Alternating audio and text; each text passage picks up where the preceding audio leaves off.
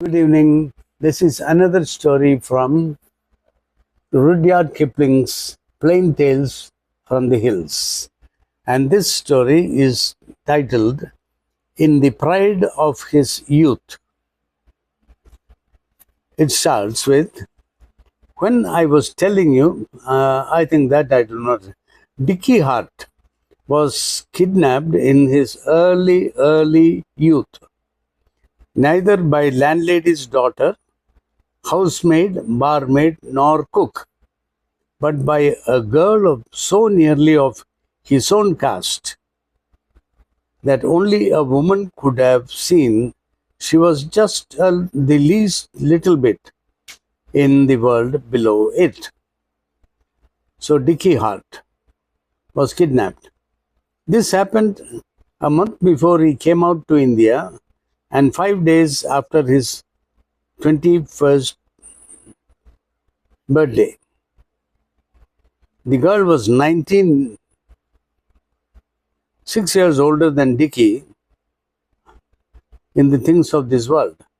That is to say, and for the time twice as foolish as he. That is to say, she was 19, but she was very worldly wise, and twice as foolish as he was. Excepting always, falling off a horse is nothing more fatally easy than marriage before the registrar.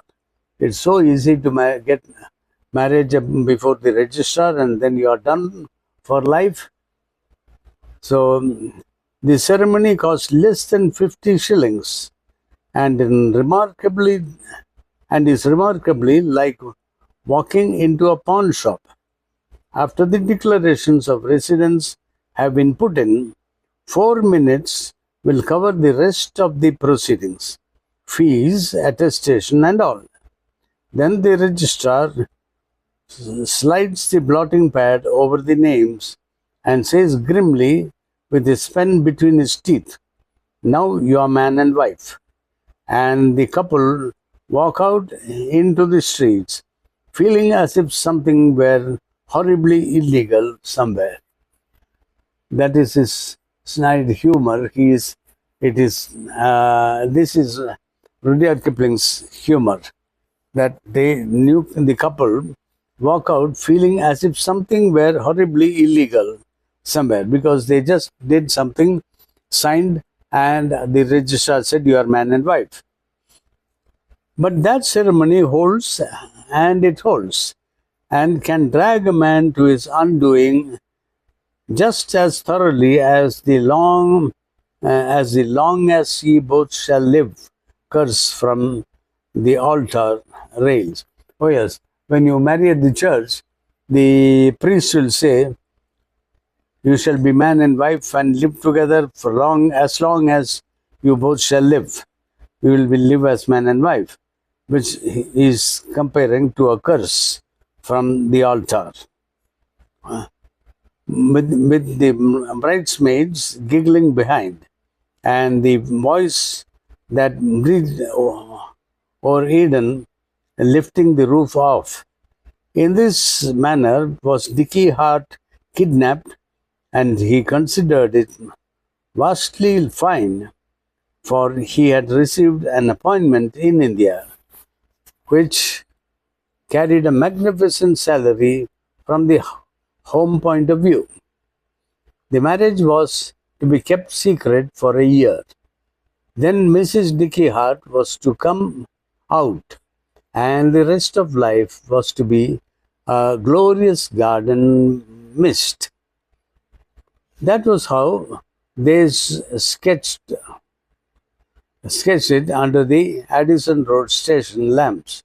And after one short month came Gravesend, and Dickie steaming out to his new life, and the girl crying in a 30 shillings a week bed and living room in a back street of Montclair Square near the Knightsbridge Barracks.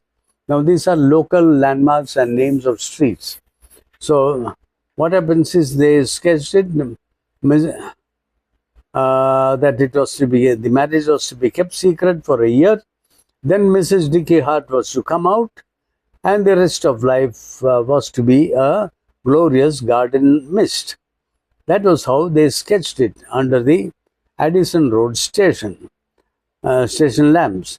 And after one short month, Gravesend and Dickey steaming out to his new life, and the girl crying in a 30 shillings a week bed and living room in a back street of Montclair Square near the Knightsbridge Barracks. But the country that Dickey came to was a hard land where men of 21 were reckoned very small boys indeed, and life was expensive. The salary that loomed so large, 6,000 miles away, did not go far, particularly when Dickey divided it by two and remitted more than the fair half at that rate of exchange to Multiplier Square. Multiplier Square is where his home or his wife's home was in London. So he remitted half the money to his wife's place. 135 rupees out of 330 is not much to live on. 135 rupees out of 330 is not much money to live on. But it was absurd to suppose that Mrs. Hart could exist forever on the 20 pounds held back by Dickey from his outfit allowance. So Dickey held back 20 pounds from salary for his outfit allowance. Dickey saw this and remitted at once, always remembering that rupees 700 were to be paid 12 months later for a first-class passage for a lady. When you add to these trifling details the natural instincts of a boy beginning a new life in a new country and longing to go about and enjoy himself, and the necessity for grappling with strange work, which, properly speaking, should take up a boy's undivided attention, you will see that Dickey Hart started handicapped. He saw it himself for a breath or two, but he did not guess the full beauty of his failed future. As the hot weather began, the the shackles settled on him and ate into his flesh. First would come letters, big crossed 7-sheet letters from his wife, telling him how she longed to see him and what a heaven upon earth would be their property when they met. Then some boy of the Chamari means where several boys stayed together in that apartment. Some boy of the Chamari, wherein Dickey lodged, would pound on the door of his bare little room and tell him to come out to look at a pony, the very thing to suit him. Dickey could not afford ponies. He had to explain this. Dickey could not afford living in the Chamari. This is a room shared by several boys. Though the cost was modest, he had to explain this before he moved to a single room next to the office where he worked all day. He kept house on a green oilcloth table car, one chair, one bedstead, one photograph, one tooth glass, very strong and thick, and a 7 rupee 8 filter, and messing by contract at 37 rupees a month. He would get food at 37 rupees a month, which last item was extortion. He had no panka for a panka costs 15 rupees a month. Panka is a fan. So he did not have a fan because he had to pay 15 rupees a month for a fan. But he slept on the roof of the office with all his wife's letters under his pillow. Now and again, he was asked out to dinner, where he got both a panka and an iced drink. But this was seldom, not regularly, for people objected to recognizing a boy who had evidently the instincts of a Scotch tallow chandler, means a low menial worker, and who lived in such a nasty fashion. No amusement except the pleasure of turning over his bank book and reading what it said about loans on approved security. That cost nothing. He remitted through a Bombay bank, by the way, and the station knew nothing of his private affairs. Every month he sent home all he could probably spare for his wife, and for another reason which was expected to explain itself shortly and would require more money.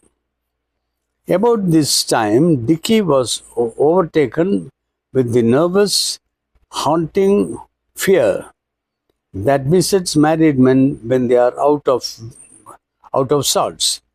He had no pension to look to. What if he should die suddenly and leave his wife unprovided for? The thought used to lay hold of him in the still hot nights on the roof, till the shaking of his heart made him think that he was going to die then and there of heart disease. Now, this is a frame of mind which no boy has a right to know. It is a strong man's trouble, but coming when it did, it nearly drove poor pankaless, perspiring Dicky Hart mad. He could tell no one about it. A certain amount of screw is as necessary for a man as for a billiard ball. That is to say, the ball has to be hit so that it spins and goes in the direction to hit the other ball. A certain amount of screw is as necessary for a man as for a billiard ball. It makes them both do wonderful things. Dicky needed money badly, and he worked for it like a horse. But naturally, the men who owned him knew that a boy can live very comfortably on a certain income. Pay in India is a matter of age, not merit.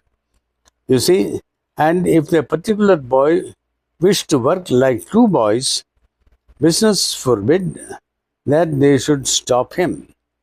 But business forbid that they should give him an increase of pay at his present ridiculously immature age. So Dicky won certain rises of salary, ample for a boy, not enough for a wife and a child. Certainly too little for the 700 rupee passage that he and Mrs. Hart had discussed so lightly once upon a time. And with this, he was forced to be content. So it was a short changing. He had imagined something when he was in England, and he imagined that it would be very nice, and he had got onto the ship and arrived here, then realized that the money was not adequate. He had to send half the money, remit half the money to his wife back in England, and she was also living very with limited means, and he was suffering, so to say, or he was having very limited facilities in India. Somehow all his money seemed to fade away in home drafts and crushing exchange, and the tone of the home letters changed and grew querulous.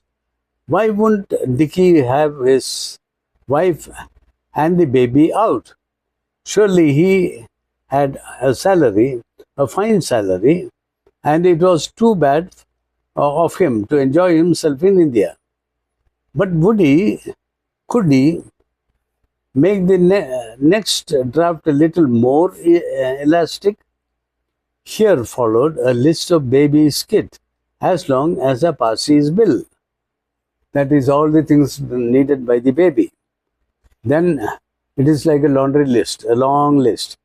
Then Dicky, whose heart yearned for his wife and the little son he had never seen, which again is a feeling no boy is entitled to, enlarged the draft and wrote queer half boy, half man letters saying that life was not so enjoyable after all, and would the little wife wait yet a little longer. But the little wife, however much she approved of the money, objected to waiting, and there was a strange, hard sort of ring in her letters that Dicky didn't understand. How could he, poor boy? So this is what happened. He was in India and she was there, and it was a difficult period of separation for them. Later on, still, just as Dicky had been told, apropos of another youngster who had made a fool of himself, as the saying is, that matrimony would not only ruin his further chances of advancement, but would also lose him his present appointment. Came the news that the baby, his own little son, had died, and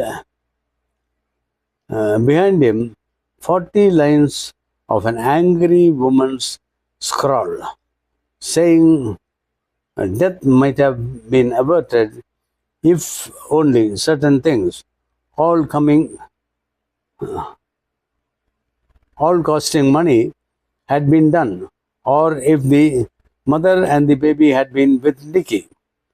The letter struck at Dicky's naked heart, but not being officially entitled to a baby, he could show no sign of trouble. That was tragedy. His baby died, and his wife got very upset, and she wrote very nasty things in that letter, that the baby died. If only you had sent money, if only I had been there with you, or you had been here with me, if only we had bought this, we had done this, we had done that, baby would not have died. And nothing he could do about it except feel sad and bad. How Dicky won through the next 4 months, and what hope he kept alight to force him into his work, no one dare say.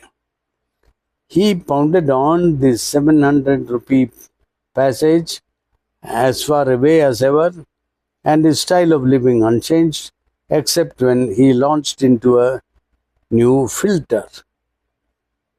There was the strain of his work, and the strain of his remittances, and the knowledge of his son's death, which touched the boy more, perhaps, than it would have touched a man, and beyond all the enduring strain of his daily life. Grey-headed seniors,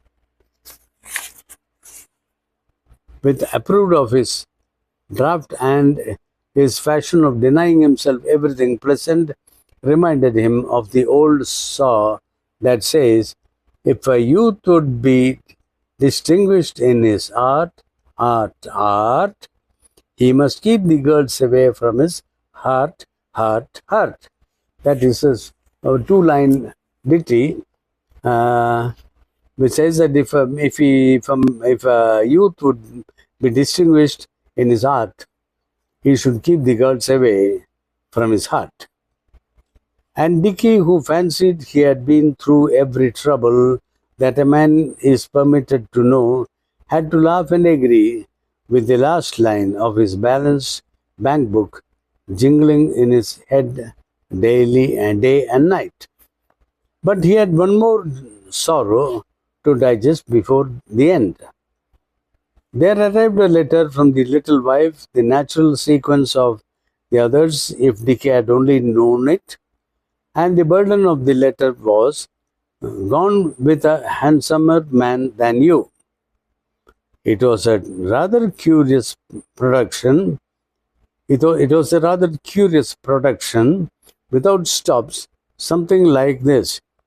She was not going to wait forever, and the baby was dead, and Dicky was only a boy, and he would never set eyes on her again.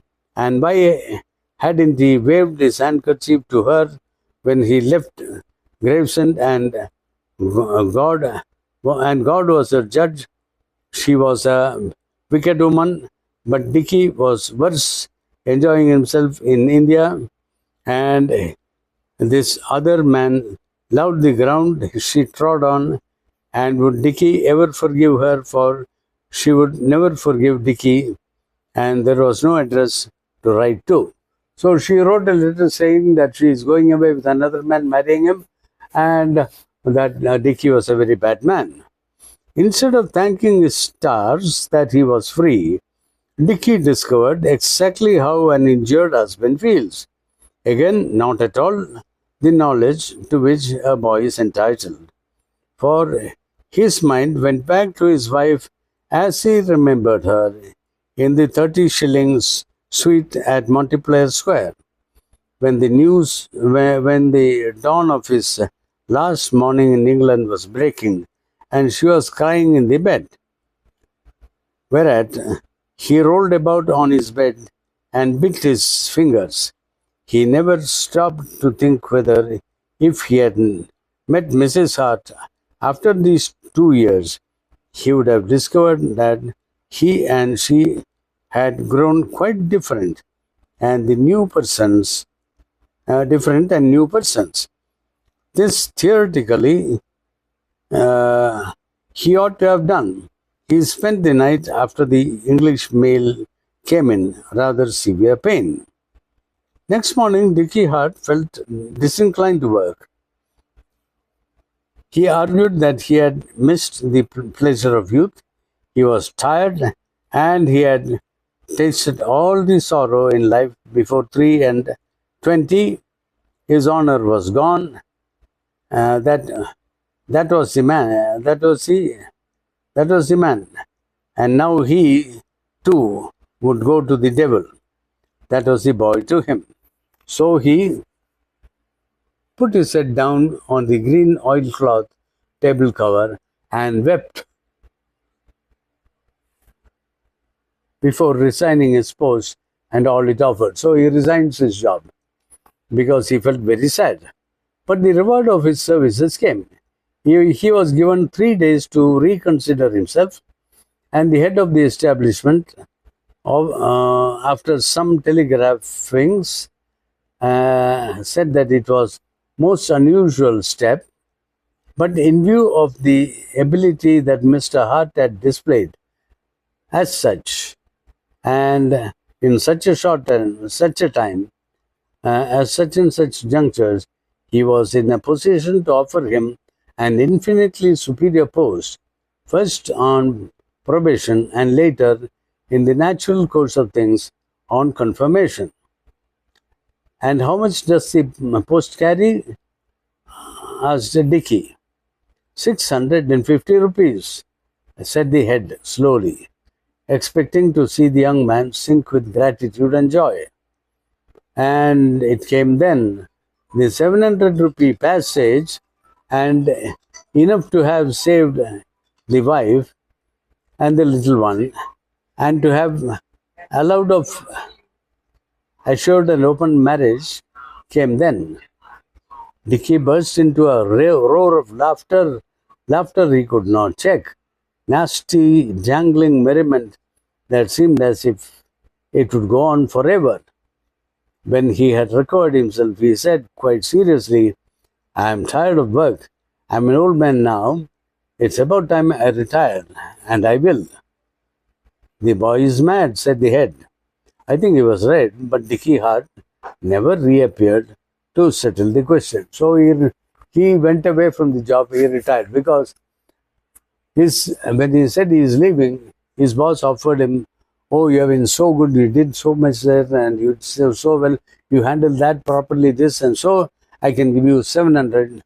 Uh, uh, I can give you how much? 650. Whereas he was already being paid 700 700 was the cost of of the passage. no, everything needed to take care of his Ah, child and wife. okay. So it was still not worth it. So he laughed and he said, "No, thank you," and went away. Now, this is a small glimpse of how life was about 150, 200 years ago for a young boy sailing from England and coming to India for a job. So, from the England side, India was a colony, and the company could give him any fancy salary, nobody to question them, but they would try to give the minimum, get a boy, and they'll squeeze the work out of him. And this boy came, and he was not so lucky or so clever, but he bargained and he got 650 or 700, and he got married. While he was here, his son was born. He would remit half his money, salary to his wife. So he would live very frugally, his wife would live very frugally, and there are many things he could not provide for his wife and child. With the result, the child died. And then his wife got so furious with him that you did not provide enough for taking care of me and the wife and the child. And that's why the child died. You are a useless fellow. So I'm going away with another man. And she married another man, went away. And this broke this boy's heart. And then he says he's leaving, and his boss says, "Oh, no, no, no. You've been very good. I'll give you more." And he gives him a smaller amount than what he's earning. So he laughs and he says, "To hell with you, and I'm going." He resigned his job and went. So this shows you what? It's not a real life story, but it gives you a glimpse of how life was for young men who wanted to come and make a career here. There were some people who could really make it good, like you saw in the other story we read yesterday. But some people could not. So this is a book of short stories. Some stories are good, some stories are sad. So this is one of those sad stories. That's it. Thank you. The struggle is real and it continues. Even now, the immigrant experience, whether it's going from the homeland to the colony, whatever it is, the immigrant experience is the same, regardless. You know, when you look at even the early days of the people crossing to America from England, it was filled with trials and tribulations. Yeah. Same thing with going to an established colony like India, it was still filled with trials and tribulations, and we don't necessarily see the other perspective. We only see the fact that, oh, the English were the colonizers and stuff. But in reality, there's much more to it. Right? Now, I was reminded of the period in my own life when I went to Nigeria, and mom and Santosh as a baby were in India. And I worked 1 month, 2 months, 3 months. Then I was, where is the money? Where is the money? They are supposed to pay me. They say, "Oh, they'll pay you once in 3 months." Oh God. So I wait. 3 months are over. Nothing is happening. Then my boss calls me for some work. Then I have to ask him, "Sir, what about salary? It's now 4th month." Oh, you have not been paid. So then it becomes news to the boss that I have not even been paid. He doesn't know. He has got 1,000 people to pay. Then he and the second man, they take the private day and say, "Oh, yeah, we haven't paid him." Then they say, "Okay, we'll remit. Have you given your bank details?" I said, "Yes, I have given. I'll give it again." So I gave it again, and then they say, "Okay." it will come. Another 1 month, and then, yes, it has come. My God, money coming into the bank account. That is when you become happy. And I've lived through it for many years. And sometimes it is happy when the money comes regularly. Sometimes you have to go and ask for it. Sometimes even have to drag it out of the boss's hand. Well, this guy was very unfortunate because he bargained and he got that, and that's all he got. It was not enough. It was Okay, too we'll little, find. too late. We will try to find another more uplifting story. This was rather minus. Bye.